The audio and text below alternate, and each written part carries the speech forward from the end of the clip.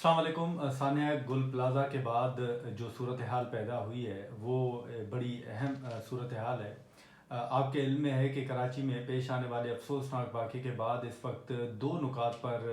बड़ी संजीदगी से बात हो रही है, और वो ये है कि नए सूबे मुल्क में बनाने चाहिए और 18वीं तरमीम को ख़त्म करने के हवाले से ख़ुद ख्वाजा आसिफ साहब के बयानात भी हैं तरमीम में के हवाले से, और साथ राना सनाउल्लाह साहब के बयानात भी हैं कि उसमें जो हुकूमत का मौक़िफ़ है उस पर बात की जाए। यानी उनका इशारा जो पाकिस्तान पीपल्स पार्टी की तरफ से है कि उसमें बेहतरी आ सकती है 18वीं तरमीम में, तो जो मुस्लिम लीग नून का मौक़िफ़ है उस पर पीपल्स पार्टी को बात करनी चाहिए। अब ये कोई ये भी नहीं कि सानिया गुल प्लाज़ा के बाद ही ये सूरत हाल सामने आई है। इससे पहले भी 18वीं तरमीम के हवाले से बातें हुई हैं, और जो 18वीं तरमीम में यानी मज़ीद तरमीम के हवाले से बातें हुई हैं, 28वीं तरमीम के हवाले से बात हुई है, और पीपल्स पार्टी ने मुख्तलिफ मराहिल पर NFC एवार्ड का मामला हो या सूबों के हवाले से जो दीगर वफाक के तरफ से इशारे जो हैं वो सामने आ रहे थे, उस हवाले से उन्होंने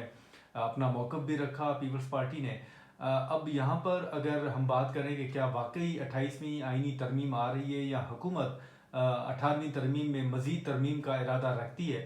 तो बिल्कुल ये वाज़े तौर पर नज़र आ रहा है कि हुकूमत इस वक्त 18वीं तरमीम में मज़ीद तरमीम का इरादा रखती है, और 28वीं आइनी तरमीम के हवाले से भी काम जो है वो शुरू हो गया है। अब 28 जो 18वीं आइनी तरमीम को अमेंड करने का मामला है, तो उस हवाले से अगर ख्वाजा आसिफ साहब के बयानात देखें और राना सनाउल्लाह साहब के बयानात देखें, तो इससे ये वाज़ेह होता है कि हुकूमत इरादा रख रही है कि 18वीं आइनी तरमीम में कुछ खामियां हैं जिनको बेहतर किया जा सकता है। और इस हवाले से जो ख्वाजा आसिफ साहब का बयान था, उस बयान को लॉ मिनिस्टर ने तो कहा है कि ये उनका ज़ाती बयान है, लेकिन पीपल्स पार्टी ने यह वाज़े किया है कि जो ख्वाजा आसिफ साहब ने बयान दिया है उसको पॉलिसी बयान ही समझा जाएगा और हुकूमत का मौक़िफ़ ही समझा जाएगा 18वीं आइनी तरमीम के हवाले से। अब यहाँ पर मुख्तलिफ जो चीज़ें सामने आ रही हैं 28वीं आइनी तरमीम के हवाले से, और ये जो सवाल उठ रहा है कि क्या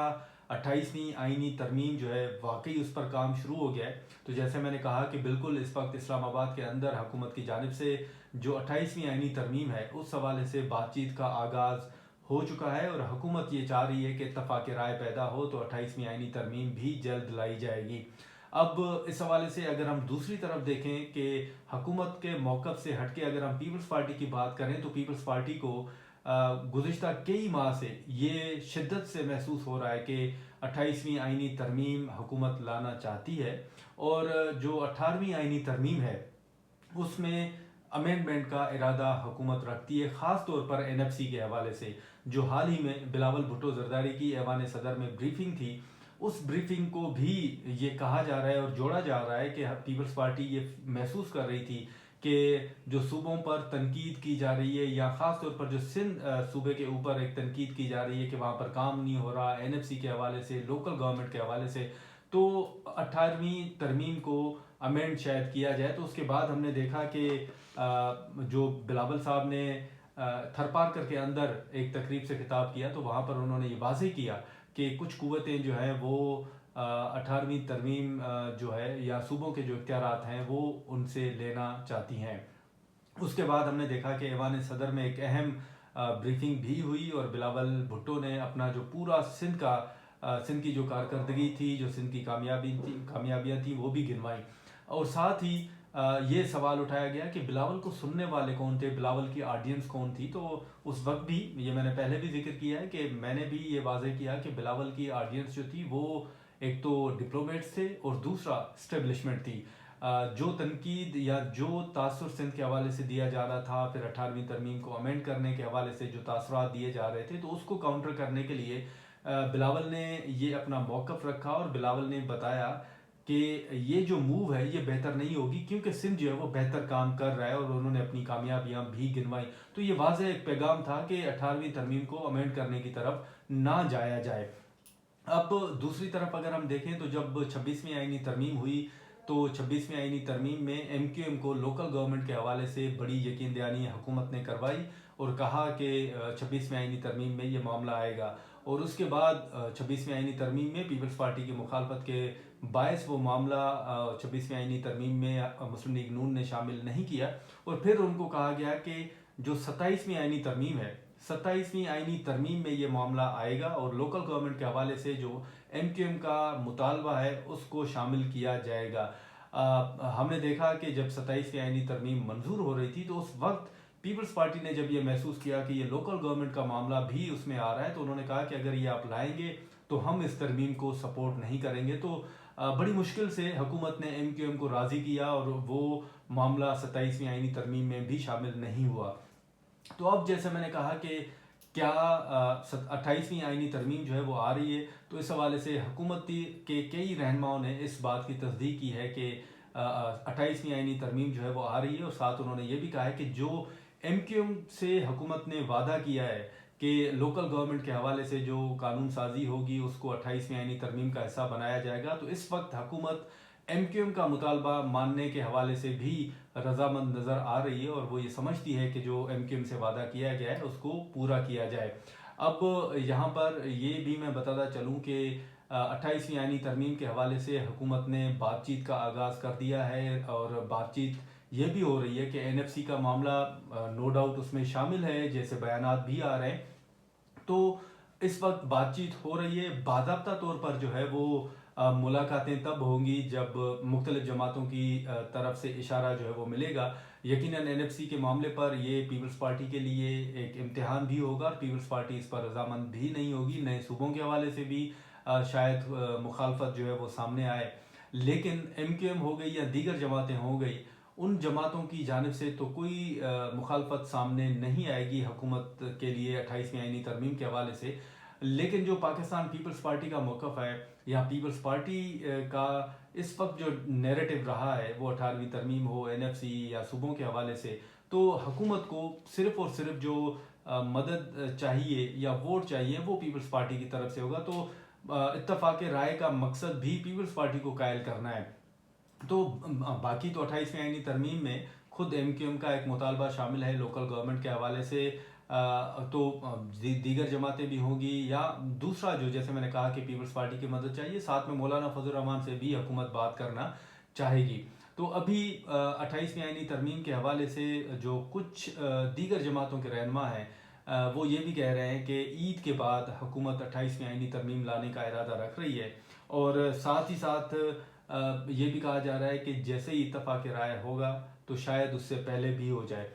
तो एक तो ये कहा जा रहा है कि मार्च के महीने में, मार्च या अप्रैल के महीने में 28वीं आईनी तरमीम जो है वो हुकूमत की जानिब से लाई जा सकती है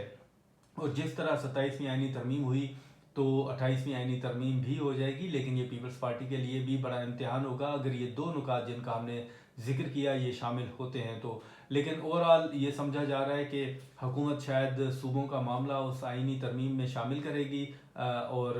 एनएफसी का मामला भी शामिल करेगी। तो शायद पीपल्स पार्टी फिर सूबों के मामले पर हुकूमत को कायल कर ले और एनएफसी के मामले पर खुद कायल हो जाए। जैसे बिलावल साहब का एक अहम बयान हाल ही में भी आया था कि एनएफसी के मामले पर आप हमारे साथ बैठकर बात करें। तो पीपल्स पार्टी ने ये इशारा तो किया है कि पीपल्स पार्टी रजामंद है एनएफसी के मामले पर बात करने के लिए, तो उसका कोई बीच में तरीक़ेकार जो है वो निकाला जा सकता है। तो ये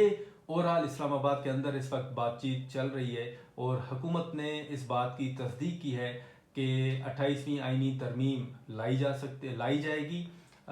यानी इस वक्त जो पहले तासुरात थे, जो मुख्तलिफ बयानात आ रहे थे, फिर ये साने गुल प्लाजा के बाद जिस तरह बातचीत शुरू हुई है एनएफसी 18वीं आईनी तरमीम और नए सूबों के हवाले से, तो उसके बाद अब हम अगर बात करें तो हुकूमत ने इस बात की तस्दीक की है कि 28वीं आईनी तरमीम लाई जाएगी और इस हवाले से बातचीत का आगाज़ जो है वो हो चुका है। मुख्तलिफ सियासी जमातों से रब्ते किए जाएंगे और इत्तफाक राय जैसे ही पैदा होगा तो 28वीं आईनी तरमीम लाई जाएगी और उसमें लोकल गवर्नमेंट का मामला भी शामिल है और एनएफसी का मामला भी कहा जा रहा है कि वो शामिल किया जाएगा और दीगर भी अहम नुकात जो हैं वो उसमें शामिल होंगे। और हुकूमत का ये मौक़िफ़ है कि क्योंकि उन्होंने एमक्यूएम से ये वादा किया है लोकल गवर्नमेंट के हवाले से, तो वो लोकल गवर्नमेंट का मामला भी 28वीं आईनी तरमीम का हिस्सा होगा। तो अब बातचीत का आगाज़ जो है वो 28वीं आईनी तरमीम के हवाले से हो चुका है और हुकूमत कोशिश कर रही है कि मुख्तलिफ सियासी जमातों को कायल किया जाए और कायल करने के बाद जो 28वीं आईनी तरमीम है वो पार्लियामेंट में पेश कर दी जाए। अब इस हवाले से कुछ बयानात तो हाल ही में ये भी आए थे कि शायद वोटर की उम्र जो है वो 18 से बढ़ाकर 25 साल की जाए, लेकिन इसकी हुकूमत तरदीद कर रही है और कह रही है कि ऐसा कोई जो फैसला है वो हुकूमत ने नहीं किया और ना ही इस पर कोई बातचीत हो रही है। लेकिन फिर दूसरा तासुर ये भी दिया जा रहा है कि हुकूमत ने 26वीं आईनी तरमीम और 27वीं आईनी तरमीम में भी बहुत से नुकात का नहीं कहा था, लेकिन वो नुकात शामिल हो गए। फिर एक दूसरा अहम नुक्ता जो है वो ये भी कहा जा रहा है कि जैसे हुकूमत ने 26वीं आईनी तरमीम के हवाले से मौलाना फजल रहमान साहब के साथ जो वादे किए थे या जो कमिटमेंट की थी उन पर पूरा नहीं उतरी, और जो 26वीं आईनी तरमीम में रह गया था वो हुकूमत ने 27वीं आईनी तरमीम में किया, और अब जो 27वीं आईनी तरमीम में रह गया है वो शायद हुकूमत 28वीं आईनी तरमीम में कर लेगी। अब इसी के साथ साथ इस बात की हुकूमत ने तस्दीक भी कर ली है कि हुकूमत 28वीं आईनी तरमीम लाएगी, और 28वीं आईनी तरमीम के हवाले से बातचीत का आगाज़ हो चुका है, और जैसे ही इत्तफाक राय पैदा होगा 28वीं आईनी तरमीम ऐवान में पेश कर दी जाएगी। कुछ रहनुमा जो हुकूमत के इत्तेहादी हैं उनका ये मौक़िफ़ है कि 28वीं आईनी तरमीम मार्च या अप्रैल के महीने में लाई जाएगी। MQM का लोकल गवर्नमेंट का मामला जो है वो हुकूमत ने तस्दीक की है कि वो 28वीं आईनी तरमीम का हिस्सा होगा। अब देखना ये होगा कि इन मामला पर MQM हो या जो पाकिस्तान पीपल्स पार्टी का मौक़िफ़ है वो क्या सामने आता है, और कब तक हुकूमत 28वीं आईनी तरमीम पर इत्तफाक राय पैदा करने में कामयाब होती है।